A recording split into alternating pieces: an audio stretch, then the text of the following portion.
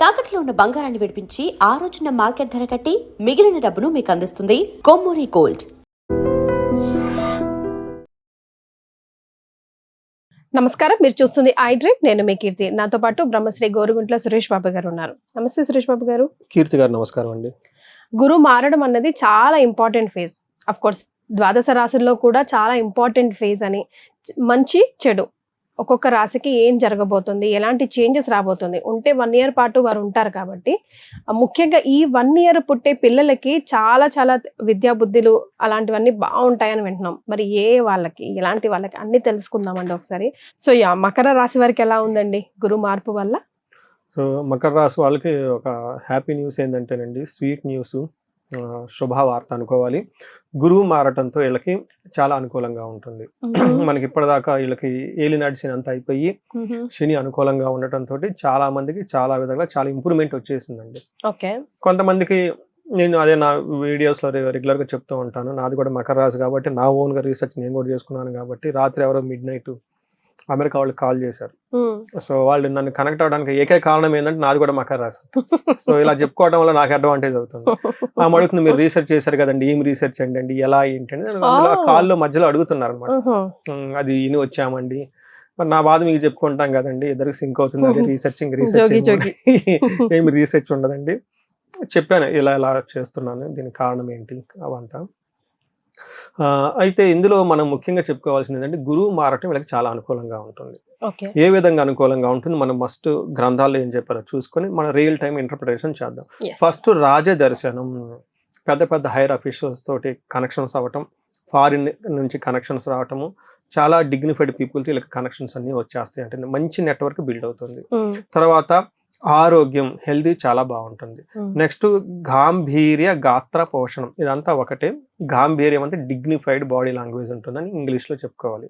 So చాలా నీట్గా ఉంటుంది. అభీష్టకారి సిద్ధిచ్చ, ఇది చాలా ఇంపార్టెంట్ అండి. ఇప్పటిదాకా వీళ్ళకి నెరవేరని కోరికలు ఏమైనా గనక ఉంటే ఈ టైంలో ఖచ్చితంగా నెరవేరే టైం వచ్చేసింది. మకర రాశి వాళ్ళకి నో ఎక్స్క్యూజ్, ఈ టైంలో వెళ్ళిపోవాలి ఇంకా. ఎందుకంటే ఇప్పటిదాకా వాళ్ళకి ఎక్స్క్యూజ్ లేదు, కానీ ఇంకా ఏదైనా గనక ఉంది కొద్ది గొప్ప అనుకుంటే ఈ టైంలో వాళ్ళకి 100% పర్ఫెక్ట్గా ఉంటుంది. మనకేం చెప్తారు, అభీష్ట కార్యసిద్ధి అంటే దీర్ఘకాలికంగా ఇల్లు కొనుక్కోవాలని కొనుక్కోలేకపోయిన వాళ్ళకి, దీర్ఘకాలికంగా ఒక ప్రమోషన్ ఎక్స్పెక్ట్ చేసి ప్రమోషన్ రాని వాళ్ళకి, దీర్ఘకాలికంగా మేము ఒక సింహాసనంలో మంచి పొజిషన్లో కూర్చోవాలనుకున్న వాళ్ళకి ఇవన్నీ నెరవేర్చే అవకాశం ఖచ్చితంగా ఉంటుంది. అంటే లాంగ్ చెరిష్ డ్రీమ్స్ ఏమైనా పెండింగ్ ఉంటే ఈ టైమ్స్ వచ్చేస్తాయి అని మనం అనుకోవచ్చు. పిల్లలు అన్ని వచ్చేస్తాయి. సో ఇన్ సమ్మరీ మనకేం చెప్తారు తెలుగులో, ఆరోగ్యం, ప్రభు దర్శనం, అధికారులను దర్శించుకోవటం, శరీరకంగా చాలా స్ట్రాంగ్గా ఉండటం, ఇష్టమైన పనులు చేసుకోవటం అన్నీ కలుగుతాం. వీటితో పాటు బై ప్రొడక్ట్స్ కొన్ని ఉంటాయి. అవేంటి, కుటుంబం సౌఖ్యంగా ఉండటం, ధనలాభం ఉండటము, తర్వాత యాత్రలు చేయటం ఎక్కువ చేస్తూ ఉంటారు. స్త్రీల ద్వారా మంచి సపోర్ట్ వీళ్ళకి వస్తుందని చెప్పుకోవచ్చు. ఇన్ కేసు లేడీస్ అయితే జెంట్స్ ద్వారా మంచి సపోర్ట్ వస్తుందని మనం తెలుసుకోవచ్చు. సో ఈ ప్రకారంగా అన్ని విధాలుగా బాగుంది కాబట్టి మనం ఎక్కువగా డిస్కషన్ కూడా ఏమి చేయడానికి లేదు, బాగుంది కాబట్టి ఇట్స్ గుడ్ టైం. బట్ ఈ టైంలో ఇంకా బాగుండాలని చెప్పి మనం కోరుకుందాం. ఇన్ కేసు ఎవరైనా ఇబ్బందులు పడిపోతున్నా, పడకూడదని నేను 100% అనుకుంటాను. మకర రాశి నుంచి ఒక కాల్ కూడా నాకు రాకూడదు నేను ఫస్ట్ అనుకుంటాను. బట్ ఇన్ కేసు ఎవరైనా కనుక ఇబ్బంది పడిపోతూ ఉంటే మనం చెప్పుకునే ఈ గోచార ఫలితాలే కాబట్టి వాళ్ళకి ఇండివిడ్యువల్ జాతకంలో చూసుకోవడం చాలా ఇంపార్టెంట్. రాత్రి నేను మాట్లాడిన కాలు ఇట్స్ ఆల్మోస్ట్ వాళ్ళకి డే టైము, అమెరికా వాళ్ళకి. నేను లేట్ నైట్ అటెండ్ అవుతూ ఉంటాను. అది కాలు 11:30, 12కి అటెండ్ అయిన కాల్ అనమాట. సో వాళ్ళకి లేడీ కాలు, వెరీ ఇంట్రెస్టింగ్. ఆమె నాకు కనెక్ట్ అయిన రీజన్ కూడా నాది కూడా మకర రాశి అనుకుని చూసుకుంటే వాళ్ళకి కాల సర్ప దోషం ఉంది. ఎవరో చెప్పారంటే ఎప్పుడు ఆమె చిన్నప్పుడు లాంగ్ బ్యాక్, ఈ మధ్యలో గ్యాప్ వచ్చిందండి, నేను అమెరికా రావటం లేదు, ఎందుకో చాలా వర్క్ చేస్తుందండి, లైఫ్లో ప్రోగ్రెస్ అవ్వటం లేదు, కాబట్టి అందుకని మీకు కనెక్ట్ అవ్వాలని చూపించుకుంటే ఒకటి కాల సర్ప దోషం ఉంది. ఈ కాల సర్ప దోషంతో పాటు వాళ్ళకి గురు చండాల యోగం కూడా ఉంది. అంటే ఈ గురు చండాల యోగం ఎవరికి ఉంటే ఏమవుతుందంటే, వాళ్ళు చదివే చదువు ఒకటి, వాళ్ళు చేసే జాబ్ ఒకటి, లేదా వీళ్ళు కీపింగ్ ఆన్ రాంగ్ గైడెన్స్ లో ఉంటారు. ఇప్పుడు దుర్యోధనుడు ఉన్నాడండి, ఆయన ఎందుకు అలా అయిపోయాడంటే రాంగ్ గైడెన్స్, శకుని ఉండటం వల్ల కీపింగ్ ఆన్ నెగిటివ్ మైండ్ లో పెట్టి ఉండరన్నమాట. ఈ 2 దోషాలు ఉన్నాయి. వాళ్ళు పాపం సిన్సియర్గా ఒప్పుకున్నారు, అవునండి నేను చేసే చదువు ఒకటి, నేను ఇప్పుడు చేసేది రెండోది నేను కొన్ని విషయాల్లో రియలైజ్ అయిందంటే, నాకు గైడెన్స్ ఇచ్చేవాళ్ళు కూడా సరిగా లేదండి. ఈ రెండు విషయాలు వాళ్ళకి ఉన్నాయి. ఇమ్మీడియట్గా ఈ పరిహారాలు ఇవి 2 చేసేసుకొని చక్కగా ముందుకెళ్ళిపోతారు. ఇదేంది వాళ్ళు ఇండివిజువల్ జాతకం చూడటం మనకు తెలుస్తుంది. అదే. మనకి ఈ గోచార రీత్యా అయితే మనకు తెలియదు. ఉమ్, but overall in summary Makar రాశి వాళ్ళకి వచ్చే 1 ఇయర్ చాలా most fabulous period, one of the good period అని మనం అనుకోవాలి. జీవితంలో దీన్ని బాగా యూటిలైజ్ చేసుకోవాలని మనం కోరుకుందాం.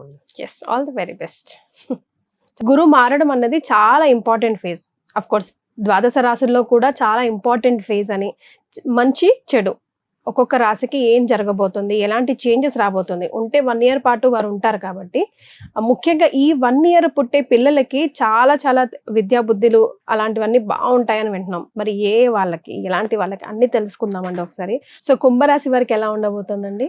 సో కుంభరాశి గురువు యొక్క బలం నిన్న మొన్నదాకా బాగా ఉందండి. వాళ్ళకి ఏలినాటి శని ఎండ్ లాస్ట్ ఫేజ్ లో ఉన్నారు. ఈ శని పెట్టే బాధల నుంచి స్లోగా బయటకు వస్తూ ఉన్నారు. లాస్ట్ టైం గురువు మారటంతో వీళ్ళకి చాలా వరకు ఒక ఉపశమనం వచ్చేసి ఒక నెక్స్ట్ లెవెల్కి వెళ్ళిపోయారండి వీళ్ళు. అయితే గురువు ఇక్కడ ఏమవుతుందంటే శని రోజు రోజుకి బలంగా అయ్యే బాధలు, శని పెట్టే బాధలు తగ్గుతూ ఉంటాయి డే టు డే. సో ఈ గురువు మారటం వల్ల వీళ్ళకి ఉన్న ప్రాబ్లమ్స్ నుంచి కొంచెం అధికమయ్యే అవకాశం ఉంటుంది. అందులో గురువు పెట్టే ప్రాబ్లమ్స్ అన్ఎక్స్పెక్టెడ్గా ఉండి కొంచెం ఇబ్బంది పెట్టే అవకాశం ఉంటుంది. బట్ ఓవరాల్గా వాళ్ళకి నార్మల్గా ఉంటుందని నేను చెప్తానండి. అంటే ఒక అప్స్ అండ్ డౌన్స్తో సాధారణంగా ఉంటుందని నా అసెస్మెంట్ అండి. ఓకే. ఎందుకంటే వీళ్ళకి రెండు చూసుకోవాలి. ఏలినాటి శని యొక్క ప్రభావం, శని బాగా డే టు డే పాజిటివ్గా వచ్చేసి పవర్ఫుల్గా వస్తూ ఉన్నాడు. అలానే గురువు యొక్క బలం తగ్గుతూ ఉంటుంది. అంటే ఇది డే గడిచే కొంది శని యొక్క బాధల నుంచి ఉపశమనం వస్తుంది. అలానే గురువు ఇబ్బందులు పెట్టే పొజిషన్లో ఉన్నాడు. అంటే నిన్న మొన్నదాకా బాగా సపోర్ట్ ఇచ్చారు. అంటే ఇక్కడ పెట్టే గురువు అంత ఎక్కువగా ఇబ్బంది పెట్టే గురువు కాదండి వీళ్ళకి. మనం ఏం చెప్తామంటే ఒక సాధారణంగా ఉందని చెప్పుకోవచ్చు. 50-50 అనుకోవచ్చు. ఓవరాల్గా 50-50. మనకి మహర్షుల సంస్కృతంలో ఏం చెప్పారంటే ధారాపుత్ర విరోధచ్చ స్వజనే కలహస్తథా చోర అగ్ని నృప భీతిచ్చ షష్టమస్తే భవేద్ గురు అంటారు.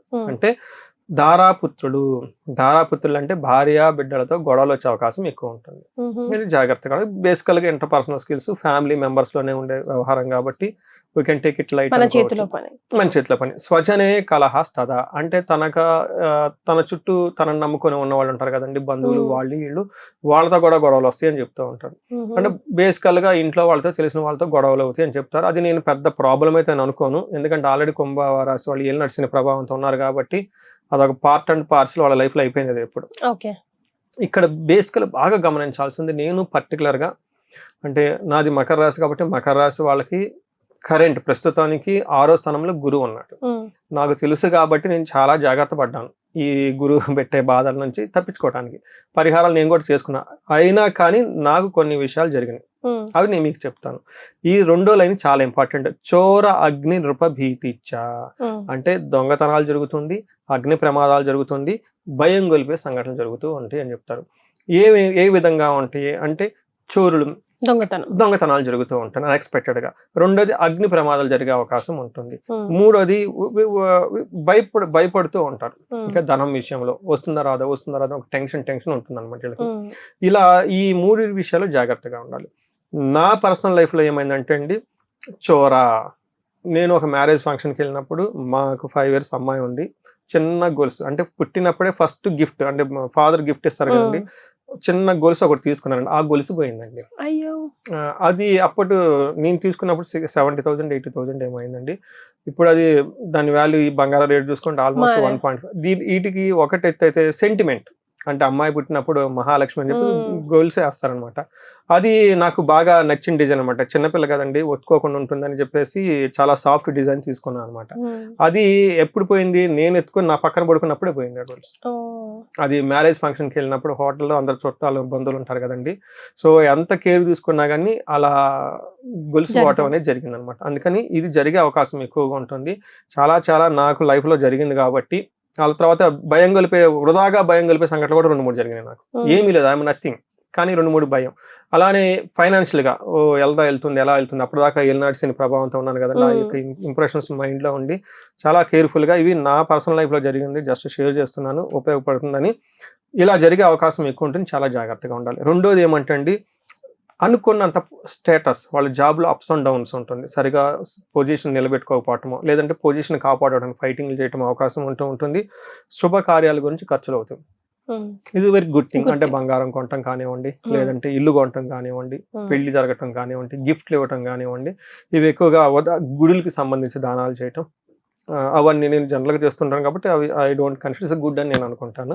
అలా మనీకి సంబంధించి అయితే ఒక బెస్ట్ టైం థింగ్ ఏంటంటే వీళ్ళకి మంచిగా చక్కగా ఫుడ్, తర్వాత Time భార్య కి. నుంచి మంచి సపోర్ట్ వస్తూ తీర్థయాత్రలు ఎక్కువగా చేస్తూ ఉంటారని చెప్తారు. ఇంకొక ముఖ్యమైన విషయం గమనించుకోవాల్సింది ఏంటంటే మనకి పురాణాల్లో ఒక స్టోరీ ఉంటుంది. సత్యముని అని ఒక మహర్షి ఉంటాడండి. ఆయన రాజుగారి దగ్గర ఆతిథ్యం కొంతకాలం ఉండటానికి వస్తూ ఉంటారు. ఆయన నైట్ టైం తిరుగుతూ ఉంటూ రాణి గారి దగ్గరకు ఉండటం భటులు చూస్తారు, ఆ చాంబర్ దగ్గర ఉండటం. నెక్స్ట్ డే ఏమవుతుందంటే ఈ రాణి గారి విలువైన ఆభరణాలు మొత్తం పోతాయి. సో ఈ భటులు చూసి చెప్తారు, ఇగో ఈ ముని గారు అక్కడ చూసాం మేము, ఆయన తీసుకుంటారని. రాజు ఆయన తీసుకొచ్చేసి ఆయనకి పనిష్మెంట్ ఇస్తారు. విషయం ఏంటంటే నెక్స్ట్ డే నగలు దొరుకుతాయి. సో రాజు గారు పశ్చాత్తాపడతారు, కానీ పనిష్మెంట్ అనుభవించాల్సి వచ్చింది కదా. అందుకని ఉట్టి పుణ్యానికి వీళ్ళది ఏమి తప్పు లేకపోయినా ఇలాంటి జరిగే అవకాశం ఎక్కువ ఉంటుంది కాబట్టి కొంచెం జాగ్రత్తగా ఉండవలసిన బాధ్యత వీళ్ళకి ఎక్కువగా తీసుకోవాలి. ఇది ఒక్కటే వీళ్ళకి ప్రాబ్లం. సో మరి వీళ్ళకి ఎలాంటి రెమెడీస్ సూచిస్తారు? గురువుల దగ్గర ఆశీర్వాదం తీసుకోవడం చాలా ఇంపార్టెంట్. ఆశ్రమాల గడపడం చాలా ఇంపార్టెంట్. తర్వాత గురువులకి బట్టలు కొనియటం, చెప్పులు కొనియటం, వాళ్ళ గైడెన్స్ తో తీసుకోవడం చాలా ఇంపార్టెంట్. బంగారం పోగొట్టుకున్నాను నేను కాబట్టి బంగారానికి కారకుడు కూడా గురువే. జాగ్రత్తగా పెట్టుకోవాలి, నా అనుబంధం చెప్తున్నాను అనమాట. ఎందుకంటే ఈ టైంలో బంగారం పోగొట్టుకుంటే ఇంకేమైనా ఉందా అండి? నేను ఎప్పుడెప్పుడో కొన్నాను కాబట్టి 4-5 years బ్యాక్ 70,000 80,000 వచ్చేసింది. ఇప్పుడు రేట్ ప్రకారం 1.5 lakh ఈజీగా ఉంటుంది. ఇప్పుడు పోగొట్టుకుంటే ఇంకేమైనా ఉందా? అసలు అందులో మోడీ గారు కొనొద్దని కూడా చెప్పారు. అది పోతే ఇంకేదో అవ్వడం కష్టం అవుతుంది. చాలా జాగ్రత్తగా లాకర్ లో పెట్టుకుని సేఫ్టీగా ఉండండి. గురువులకు సేవ చేయండి. ఆశ్రమానికి వెళ్ళి yearly 2 times at least minimum beginning లోను మధ్యలో ఒకసారి అక్కడ ఆశ్రమంలో టైం గడిపితే అక్కడ ఏదైనా సేవ కనుక చేయగలిగితే చాలా బాగుంటుంది. భగవద్గీత ఎక్కువ సార్లు చదువుతూ ఉంటే బాగుంటుంది. చాలా సంతోషం అండి. ధన్యవాదాలు. ధన్యవాదాలు.